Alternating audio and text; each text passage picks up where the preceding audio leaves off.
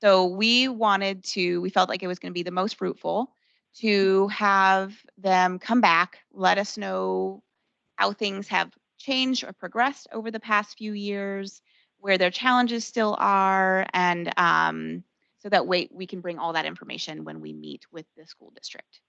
So that is where we are tonight. My goal is to end at exactly 7, so I will be kind of asking everyone to keep things brief and very concise. But I'll start with you, Brian. If you can just kind of let us know just a little bit of a background about some of where your challenges are, and how things have kind of progressed over the past couple years. Sure. So from a softball side, and also Little League and other youth outside of Little League programs, we still have field availability issues. We actually ended up moving most of our softball program into St. Helens this year.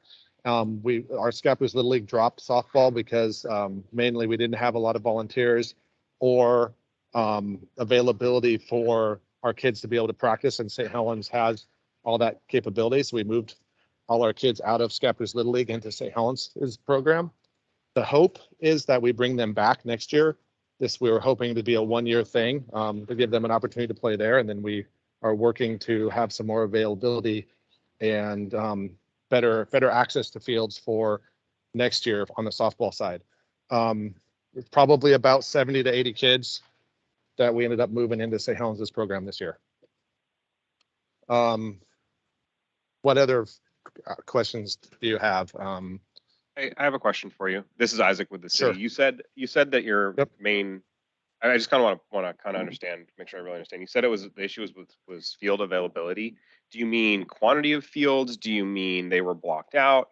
Do you mean there was another team, or do you mean like maybe you didn't have a response back from the district? So the issue is not necessarily getting access from the district. It's access of. I mean, our 2 softball fields that we have for softball are used by both our high school programs. So we can't get a regular scheduled practice schedule with that because our high school programs have games that change it every day, with rainouts, with weather, field conditions, all those different things. So our high school program, from end of February through the 1st of June, use our 2 available softball fields that are on our high school or that are in our school district. And they're using them anytime from 3:30 up till 7:30 at night. Just depends on game times, depends on their practice schedules, depends on what they're doing. So if there was availability, the youth programs could use those fields, but there's not a set night that they could have them. They can't say, okay, Mondays and Wednesdays can be youth because there may be a game that gets scheduled on a Monday or a Wednesday. And then they get bumped and then they don't have it. So scheduling games in the youth program is really tough for that. Okay, thank you. I have a couple of questions. So this year, the school district put out a new streamlined process for reserving fields. Have you used that? We have used it for some of our travel teams that are in the local area. Have used that, and that works fine. But again, they get bumped if the high school changes a game schedule or moves to a later practice, and then the youth program gets bumped off of that. So it's not really a reservable space as far as. Yes, you can reserve it, but it's tentative for depending what the high school's needs are. Okay, Isaac, go ahead. So to clarify, it sounds like when you say the high school teams, those are the actual high school teams, and that the high school gives them priority over the fields. So if you sign up for, say, a Wednesday night from 3 to 5, you could get bumped so that they could have a game or a practice, even though you signed up. Correct. Because with the high school program, right? If you get a rain out on a Saturday, there's rules in our regulations that we have to make games up with a certain amount of days and a certain amount of time. So next available day is Monday, so we would have to play that game on Monday that may have got rained out from Friday. Thank you. Thank you. Paul, go ahead. Oh yeah, this is a question like a little higher level, Joe and the rest of you guys.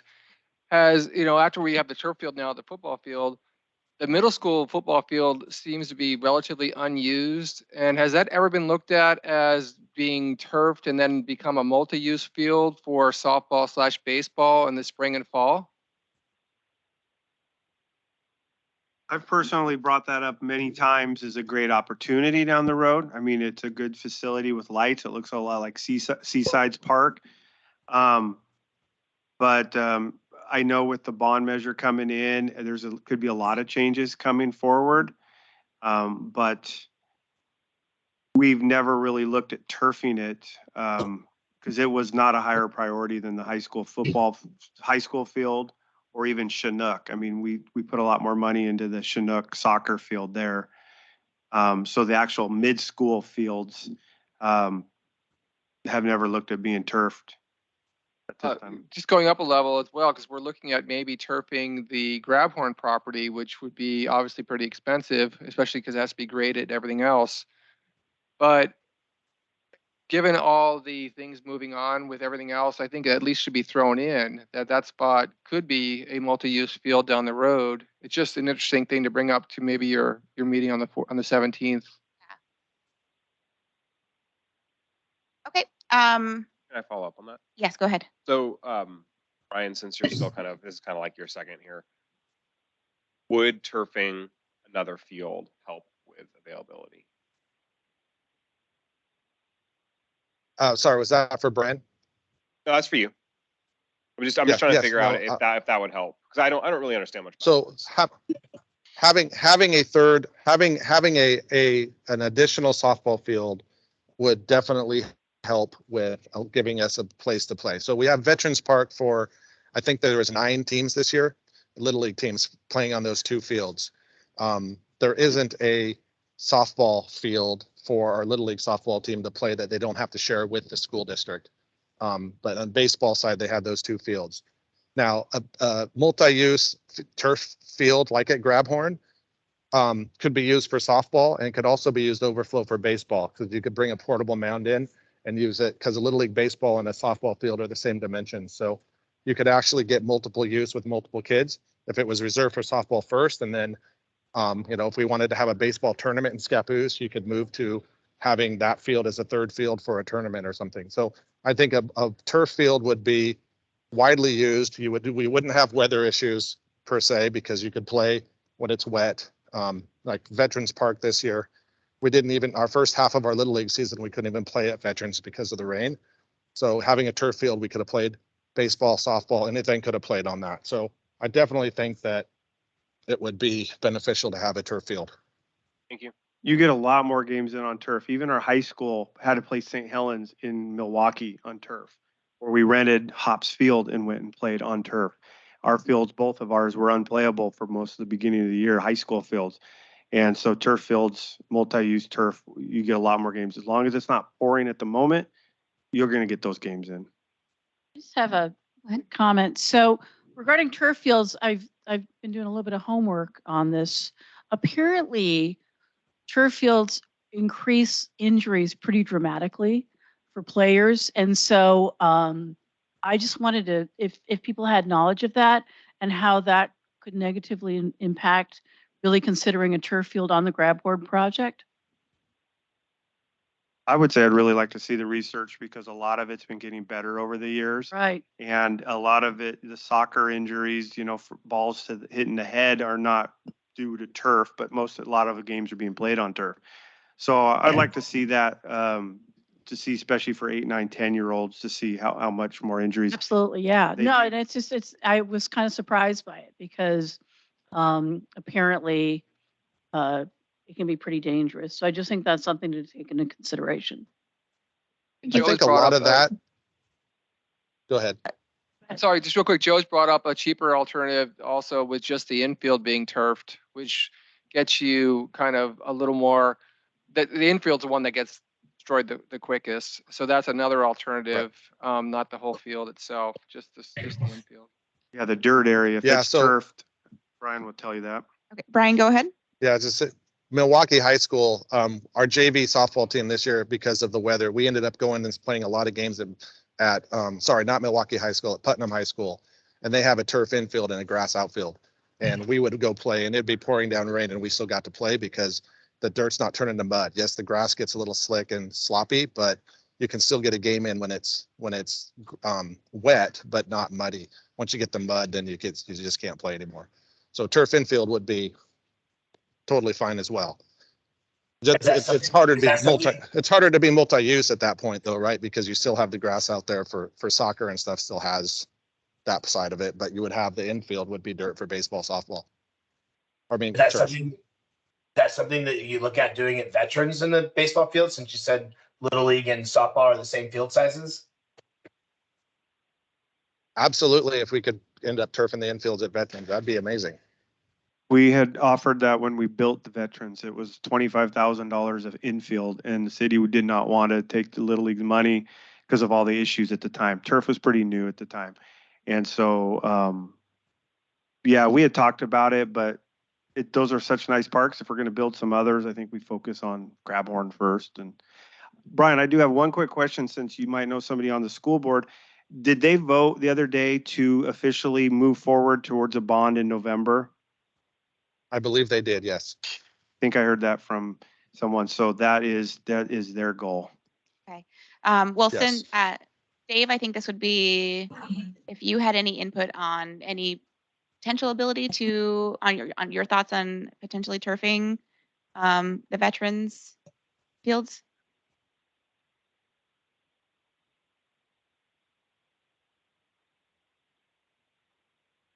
Can you? Yeah.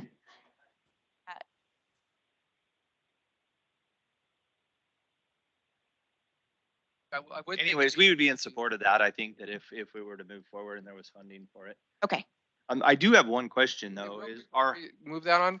Would it be possible to get a vendor in just to get an idea how much that would be? Because always interested to see the goalposts, right? I mean, if it's extravagant or extremely extravagant, it would be nice to know. Is that possible? To have someone come in and do an estimate? yeah, I mean, yeah. We're I can preoccupied say at the that we moment with looked all at- of our ARPA projects, but I mean, at some point somebody could, or anybody in this group is willing to do that. That would be great. It's great. Help us out. We Rocky. looked at doing it Oh, at Brian, sorry. the high school varsity field. Sorry, we looked at doing it at the high school varsity field, turfing the infield on the varsity field. And the price quotes we came back, depending on how soil samples and drainage and everything would work, you know, depending on how deep they had to go and how much gravel they had to bring, et cetera, was between 150 and 250,000 to do the infield at a softball or little league baseball side. I would agree. That with was about 100. a year ago. That was about a year ago. Okay. 100 seems reasonable to me. But I do have one question. I count 11 backstops within the Scappoose School District. Are all of those being utilized? From what Yes. they are, we heard that there were 2 softball fields. Where was that? That weren't being used. Remember? You would ask me about that. The 2 softball fields that weren't being used. There's one. So at the bottom of the high school, on the back end of the high school, those are not ADA compliant. Is that correct? Correct. They were built, they're right on the edge of the slope that comes down there. So they're not ADA compliant, so the schools can't use them. There's also no place for seating. And there's some other safety issues with like balls going in the street and things like that, because there's no fencing around it to keep anybody in. So the school district decided a long time ago, after they built that field, that it's not a usable field. I know there are some teams that go on there and practice occasionally, but it's not maintained either by the school district. So it's not something that, you know, I mean, if the city wanted to put some effort in to try to make it usable, potentially it could be. There's also a pretty big drainage issue because of the way that all the water from the school runs down into those lower fields, and they raised up the softball field, so it rolls down there and sits right outside behind second base. It becomes a lake there until probably early May. So it's not usable early spring either. It's an overflow Little League practice field they use. I don't even know if they schedule it. Okay. But when Peterson got built, they were going to replace, they put one backstop way out in Warren. It's in about 2 feet of grass that never's been used since they put the backstop up there. They have 3 more backstops out at Warren that are used, 2 basically for baseball and 1 for softball for about 7 and 8 year olds. 2 at Grant Watts are used for T-ball, where they have about 12 teams and they can just play on grass. There's one at the high school over by the modulars that I don't think got used much at all. Some years it does. So it's another overflow, but it's up right of the track. Yeah, I didn't Yeah, even it's count that one. it's a practice only. You can't play a game there or anything because there's not. What about there's not enough Anderson, space, Brian? I mean, but Anderson Baseball is, used. Only on overflow early in the year when veterans wasn't used, but that's usually dedicated for softball, but they didn't have enough volunteers or girls. Yeah, we didn't use it for softball. We haven't used, well, we've used it in softball in the past. Yes, that was the only field that was available. But with the growth of the baseball program, baseball's kind of moved it over there for overflow too. So it became harder and harder to schedule. So it is a usable field that softball can use. But again, this year with veterans not being playable, baseball used it pretty much 6 days a week. Little League doesn't have it, but JBO 11, 13, 14-year-olds, 3 teams, and they use the JV baseball field. They work in with the JV team, and then JV's done. Now they start playing. And so you don't really want to play on your varsity field. It gets too much beat up. You don't want to have to maintain it. But they do use the JV field, and I know Brian's JV, the Chinook, has let Little League play on it over time as well when needed. Go ahead, Ian. I have a question. For softball, what would be the minimum amount of dedicated fields needed to appropriately utilize the amount of kids that are being in the system right now? And then what would the ideal number of dedicated fields be? If we had honestly one dedicated field and one school field, we would be that would be so we would have our additional one additional Brian, field. you're that was cutting out. dedicated to softball. Sorry, hold on a second. All right, can you hear me now? Yes. Okay, so one dedicated field, and then the use of a field with this on the school district as a secondary like overflow would be usable for us to really have a good softball program. 2 dedicated fields would be ideal, and I think would handle our potential growth and where we need to be right now. Brian, did any of the softball, or have you seen Little Leaguers use the new batting facility? Yes, softball teams do use it, and Little League. I actually am coaching our 12U Little League All-Star team, and we're in there just now. I just left that facility right now. So And they also use the undercover area at the Annex Gym. They play on concrete. Yep. They're underneath Grant Watt's cover because it's covered a little bit, and even they're on concrete. They're playing everywhere they can. Yeah. Okay. Yeah, we find any open space we can play at right now, and just because of the amount of teams we have and the lack of fields, baseball and softball. I think Little League could use one more good dedicated Little League baseball type field. Okay. Dirt, though. Well, that was kind of where I was going though, is my biggest thing is I just want to make sure that of the 11 backstops I mentioned, that real estate is being used. Maybe the facility is not up to par and it needs some money and some investment work done to it, but it's real estate. And so being devil's advocate for the city, before we commit more of our limited property to ball fields, are we utilizing everything else that was intended as a ball field? Because when you do, you convert that to a ball field, it's no longer available to any other sports such as basketball and the other amenities that we know there's a massive list of. So that's my thing, is I just want to make sure before we commit to this that every other option has been exhausted. Sure, you're talking into your mic.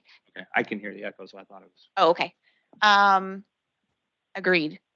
So do we have, I want to make sure that we have plenty of time to speak on soccer and basketball. So do we have any other questions for Brian before we move on? This is Terry. We've also got to deal with that swamp problem in left field at the minor field. We lost 50% of the season because of that swamp down there. And that meant 9 teams were playing at Anderson most of the game for the first 4 weeks. Can you, since I'm not familiar with that field, where is that? Veterans Park, the minor league field. Oh, okay. Okay. North field, left field part of it, which is obviously not highest because it gets hotter, but it's like. Okay. Okay. All right. That's good information. Thank you, Terry. Okay. You're welcome. Let's move on to soccer. Rocky, I'll have you begin, just similar to how Brian started. Yep. All right. So just short background. We're now Columbia County United. We were Scappoose because we took over the St. Helens situation that didn't go very well. They had to end that program. So we're ages We would say we don't want to be 4-year-olds, but sometimes we are, but we should be 5 years of age to 14 years of age. So kindergarten, pre-K to 8th grade. We do some 9th graders because of birth years, but it's very, very minor numbers.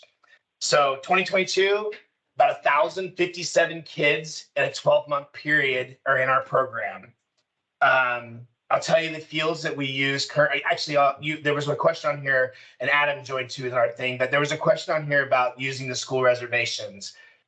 Both Adam and I have both logged in. We see 0 events on the calendar. So maybe it's just a viewing issue for us, but we cannot see one thing on the calendar that the school district has out there. Adam, unless you've seen something different, I don't think so as of yesterday.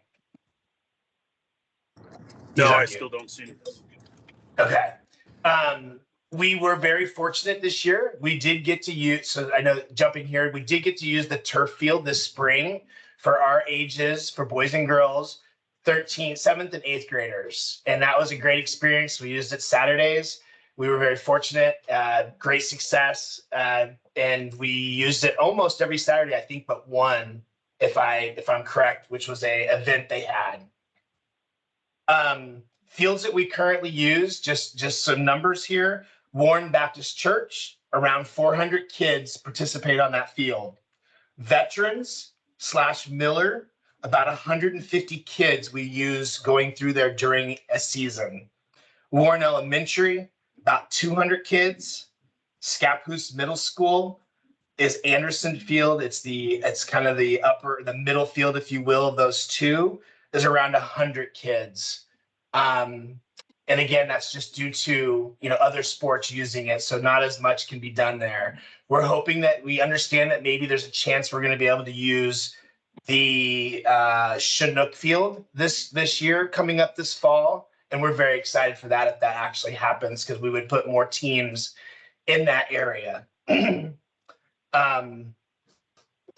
Let's see, what else? Field availability. We work well with the schools, but I think just like Brian has said previously, and I know we both talked about previously, and I heard Joe talk a little bit about too, it's tough to we're fighting with other sports because more sports are using them, are playing in their off seasons like we've talked about.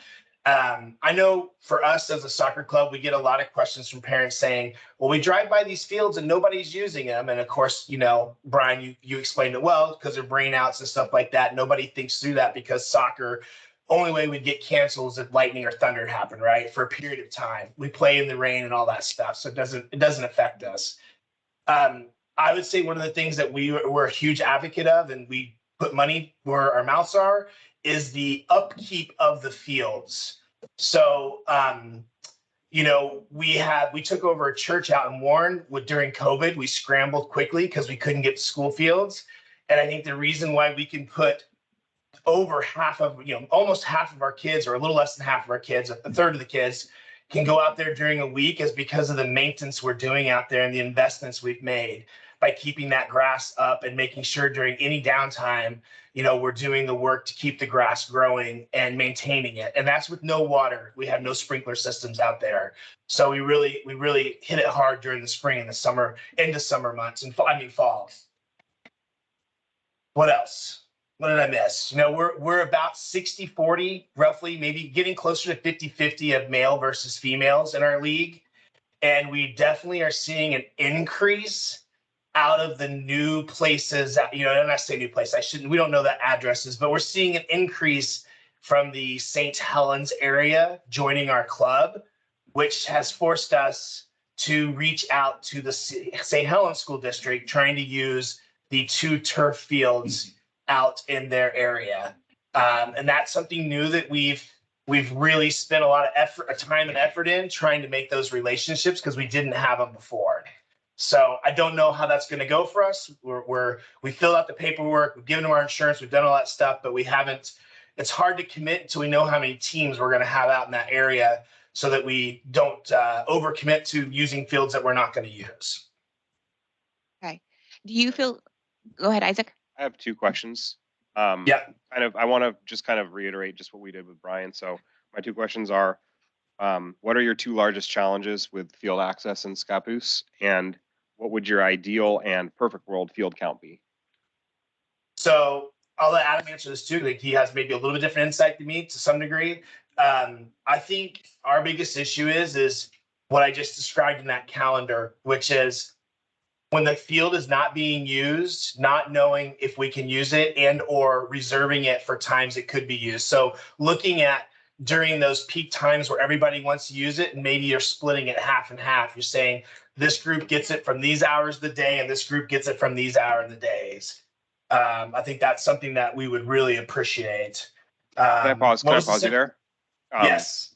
So when you reserve a field, it's not by hour or by partial day. Is it an all day reservation? Is that what you're saying? Adam, can you answer that? I believe it's all day. Okay, that seems like you can request. In the past, we haven't had anything visual on a calendar to look at. So when we make a request, it's kind of a blind request. Typically, like depending what season and what seasons in season versus not their primary in season, we can request just a few hours of the day. But from the school, the cost is pretty much the same. You reserve the field, the cost is the same whether we have it 8 hours or 2 hours. that was very helpful. Thank you. Yeah. Would it help if I showed you how Little League does it? Oh, I don't know if we know the answer on the turf. That might be something different on turf, just to be clear, because I don't know that we know that for sure on the turf, right, Adam? The turf, we don't know the answer to that yet because they haven't sent us a bill for spring. Just wanted to clarify that. Yeah. Well, Little League for the fields, we go to the field use agreement with the school district and we sign up for 3:30 to dark every day of the week and all day Saturday. For veterans, we do that basically, and all the school district fields for 3 months. And we fill that all out at one time. And so we've kind of reblocked those off. And if we aren't using them, and if nobody happens to be practicing, they don't get used that night. But we've got first right of refusal for those times. And you fill it out at the beginning. I think it's they only charge you the $100 to fill out the paperwork. So they don't charge you by the hour. So we get those hours for those 3 months. Same with the gyms. When we reserve gyms, you reserve a block for a bunch of time. And I just want to clarify, and I know there's definitely like some overlap with some of the softball and the little league, but does the little league get bumped as much that often? Because it sounds like softball gets bumped quite a bit. Well, we don't get bumped because Little League is only at Veterans Park. Okay. And or at Warren. And then Little League has softball out there too, but they don't get bumped. They're not on a high school field. Just by the They do get bumped. The JBO teams that play at the JV field, they do get bumped if a JV games. Okay, just by the very nature that the softball has to use school fields, they're more likely to get bumped, whereas city-owned fields are not. Rocky, did you want to comment? Do we get bumped? I mean, no, I'd say we don't get bumped for that. I did want to bring up, so the ADA thing was an interesting thing because I think for the first time this last year, we recognized, maybe because we just ignored and or we didn't have parents that were in wheelchairs. This last season, we did.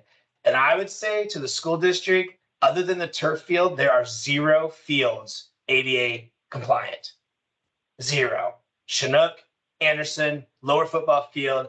I don't care where it is. We don't play on softball, so I can't answer that. There are no ADA fields except for the turf field. And we did run into issues with that this last year. And I know part of that is because Anderson, they locked the gates. So nobody can get through there in a wheelchair, which is pretty bad. So that's something I hope you guys bring up in that conversation with the school district. I think that is a good piece of information. And I know that's something that we have been discussing as we're master planning. Isaac? It sounded, does anybody else have any questions on this issue? I was going to clarify. I think he was going to answer my second question. Oh, go ahead.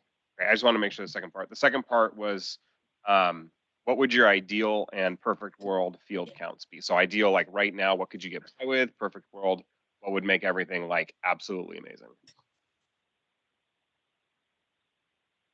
I think if in our crystal ball, it would be 3 full-size soccer fields that we could use both spring and fall, and probably had lights. So we didn't have to deal with at least 2 of them to have lights. And we do have that at Anderson, but to be able to go to that 8:30 type hour and not have to end at 6 during that fall time with no lights, because that really cuts into the available hours from when families can start. We try to start at 5, but obviously some families live in Portland or work in Beaverton. It's hard for them. So cutting off early makes an impact for people to not to be able to come to the fields, if you don't have lights. And Adam might have a different answer, but that 5 acre with 3 fields would be an ideal situation. And again, we're a little different because we can adjust for small, medium, and large size fields, right? And in a big field, you can always go down, you can't go up. Okay, thank you. Go ahead, Paul. This is Brian. I want to echo the lights thing. I didn't bring that up earlier, but having a field that would be lighted would add significant amount of use. If it was a turf infield and lighted, you could play softball games there pretty much year round. Yeah, you could bring in, so just wanted to throw that out there, that lights are honestly vital to being able to get the most use out of the space that we have. Yeah. Thank you. Okay, Paul. Is the middle school football field used for soccer as well? We are able to use that in spring and only spring because they're not playing softball down there. So only in spring we've been able to use that, not during the fall time. But again, it's a great question because I think if we sell a sign-up sheet, is it being used every Saturday? I don't know. We could definitely use it every Saturday, but again, that comes back to that. Are we being good stewards and sharing with each other who's not using it on those days? It's a good point because youth football uses that, but now they get to play on the turf football field some Saturdays, so it would be open maybe for them to play games. So are all the fields not? I heard that there was a new reservation system. Are all the fields on the district not accessible on the new reservation system? That's kind of what it sounded like you were kind of saying. It sounds like they can't see if someone has actually reserved it. I mean, I heard that. What's weird about that calendar, and I know it's brand new, is it's just a monthly calendar. It's not broken down by field. So it's going to be interesting to see when it starts getting filled out, how they populate that calendar and how it's visible. Can you sort by lower football middle school field, or can you sort by high school turf and just see on the calendar? But that's a kind of an unknown. The other feedback I'd give on fields, it'd be nice to have at least once a year a big, huge planning session. Get all the clubs in a room, in face-to-face, walk through the rules, walk through scheduling the best that you know. And that way everything's way more transparent and you can look somebody in the eye and have a conversation versus, going into the school and asking for something. I think that would be helpful for all the clubs to understand.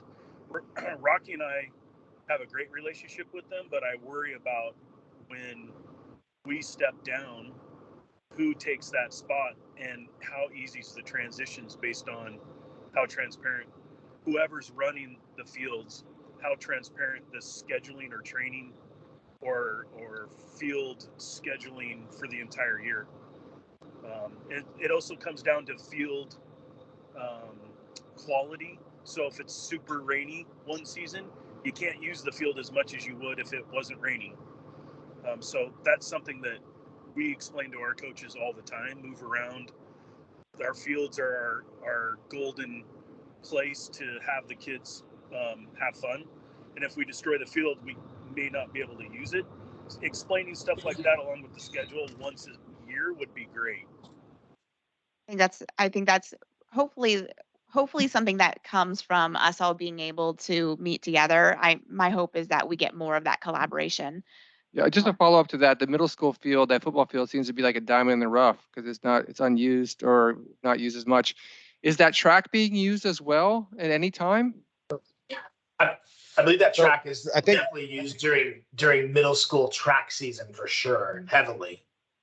Great, thank you. And I would say that football field gets used by youth football and mid-school football for practices. They just don't play games there. They play games over on the turf, but they practice there 5 days a week. Brian, do you have football seen season in the rugby down mid-school. there? Rugby uses it a lot too over the years. I don't know if they still do. There have There's been rugby teams. that program's ended from what we understand. I'm not saying it won't start up Okay. again, but it doesn't exist. 2 years now since the COVID situation. They haven't done it. Okay. All right.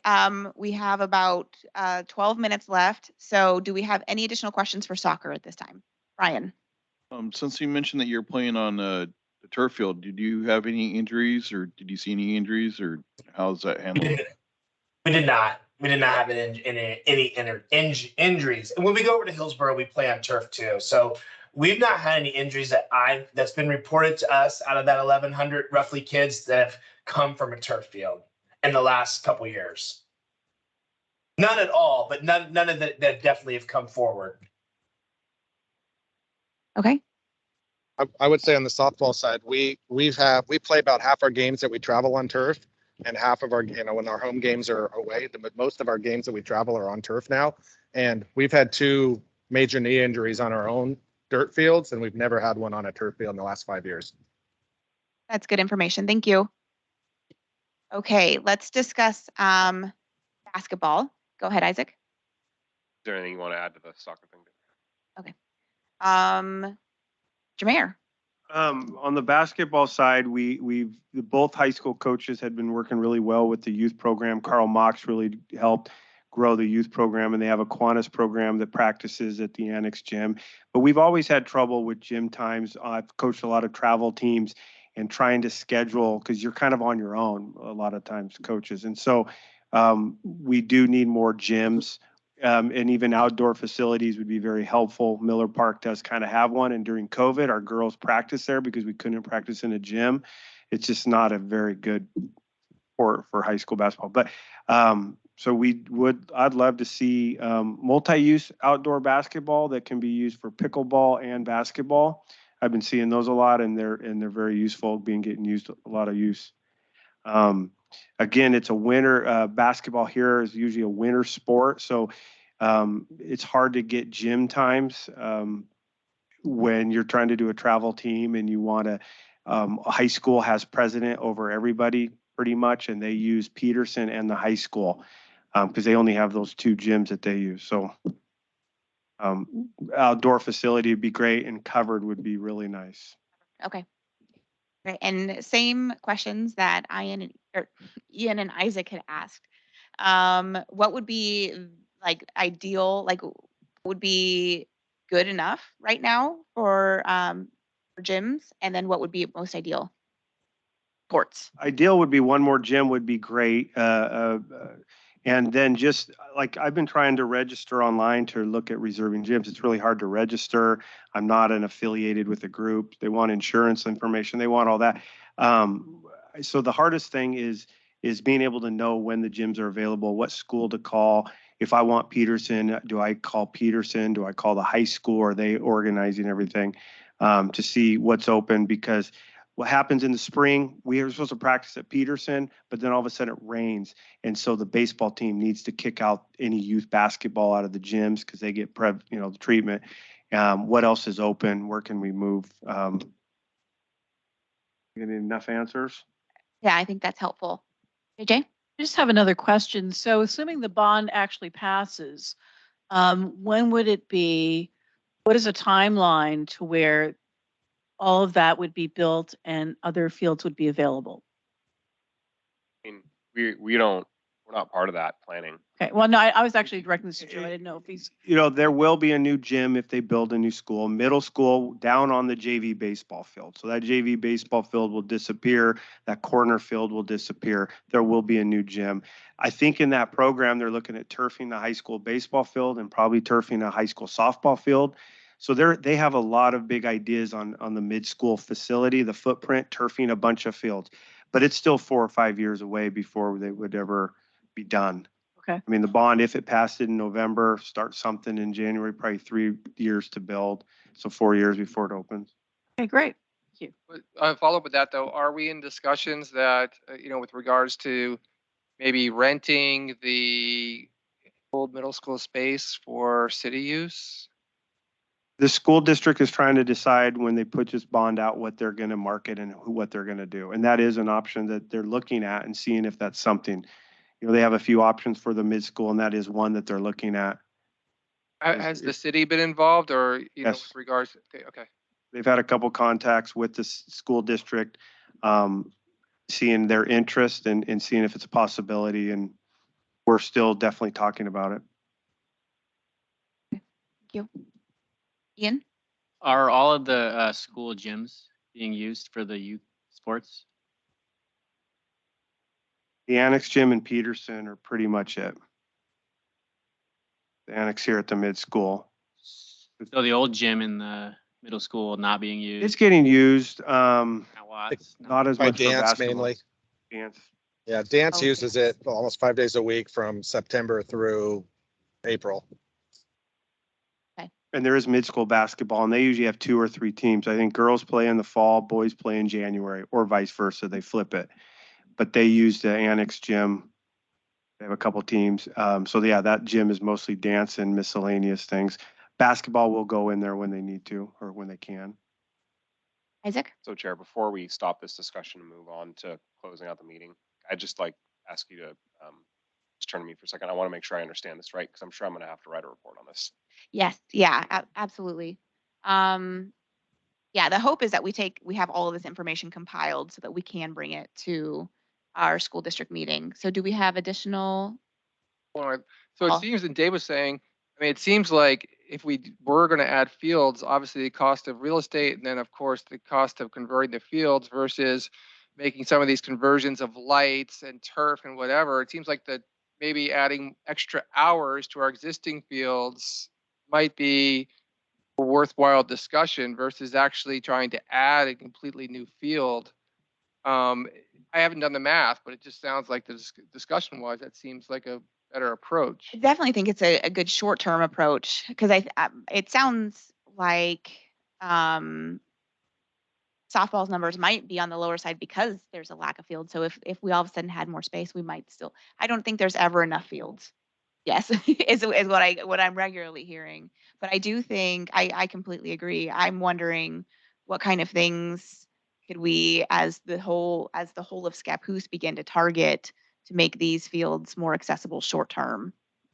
You know, and also like that middle school field to turn it into multi-use could be that softball solution. You know, so that's just another thing to put on the table when you talk to those guys. Absolutely. Just one thing to point out is right now our park hours align with daylight hours for the most part. We don't do lights. We get a lot of light complaints. In all honesty, the neighborhood above Veterans, I've had countless complaints and had to dial back the lights more and more and more because they don't like that radiant lighting. So if you lit those ball fields and had kids and noise, I think you'd get a lot of pushback from a lot of community members, just as an FYI. And especially if you slide over to Gravehorn, you're going to have that same dynamic. Right. So just food for thought that Okay. there's a lot of pushback against lighting if you don't have the right location for that. Okay. But on the other side, I would really push for, I mean, we really need to look at it. They have better lights now that focus everything down. And we're talking fall soccer, we're talking 8 o'clock. I mean, it's dark at 5 and they can't, and in youth football, they have to quit early. That's But it is a very hot topic to be careful about. Yeah, and I do recall Brian and Rocky discussing about the new light technology and how honed in the light can get. So, I mean, I think it's definitely something to continue to discuss. It's Okay. amazing. It's amazing how great those lights can be focused and not have that outcasting like old school ones. Just to clarify then, Mayor, are you thinking lights on Veterans would be a major change? Because that's still Little League and they seem to fit within those hours okay now. I think they're fine. I mean, baseball is kind of fine. It's bad before the daylight savings change hour, which is about 2 weeks. But after that, it gets darker later. They're fine. I just know with youth football, All ball would be all ball would be the bad one. And that's, yeah, we don't want to play Little League till 10 o'clock in the spring or summer in the dark. I think it's the fall sports about 8 o'clock. Okay. I think that's good information. Okay, I'm going to hand it over to Isaac. Go ahead. It's just one last check. Anybody else have anything to add? So major themes that I got off the top of my head for challenges are Number one, the calendar. There seems to be some major issues around that in terms of being able to see which fields are available, if there's anything scheduled. Reserving half day at half rate price doesn't seem to be something that's there. Getting bumped off the calendar, knowing who has priority, et cetera, seems to be one of the major challenges. Another one is general field availability. It sounds like pretty much all the fields are being used that can be used, especially given Title IX. So it sounds like there might be some opportunities around ADA accessibility, maybe potential changes to some fields in a variety of areas, from lighting to turf to just accessibility, that could make a change. Missing anything large for challenges? I mean, I would just add again, if there's a way to see time slots or to see again, like we said, maybe it's too new, but how do we see who's got the fields and when, what the available slots really are, if they are. Yep, I have that in the notes. I kind of glossed over that. Okay, sorry. Okay, so no, that's great. No, I'm glad about the clarification. So I think really from my perspective, I think I really just wanted to understand what the challenges were. Okay. It's like I got most of them. So. Correct. Thank you. Okay. Well, so any other final comments before we adjourn? Right. Well, I can't appreciate enough you guys taking the time to come here. I know I'm just really excited about these conversations and where we have the potential to go. So I do appreciate you taking the time and helping us clarify where we're at.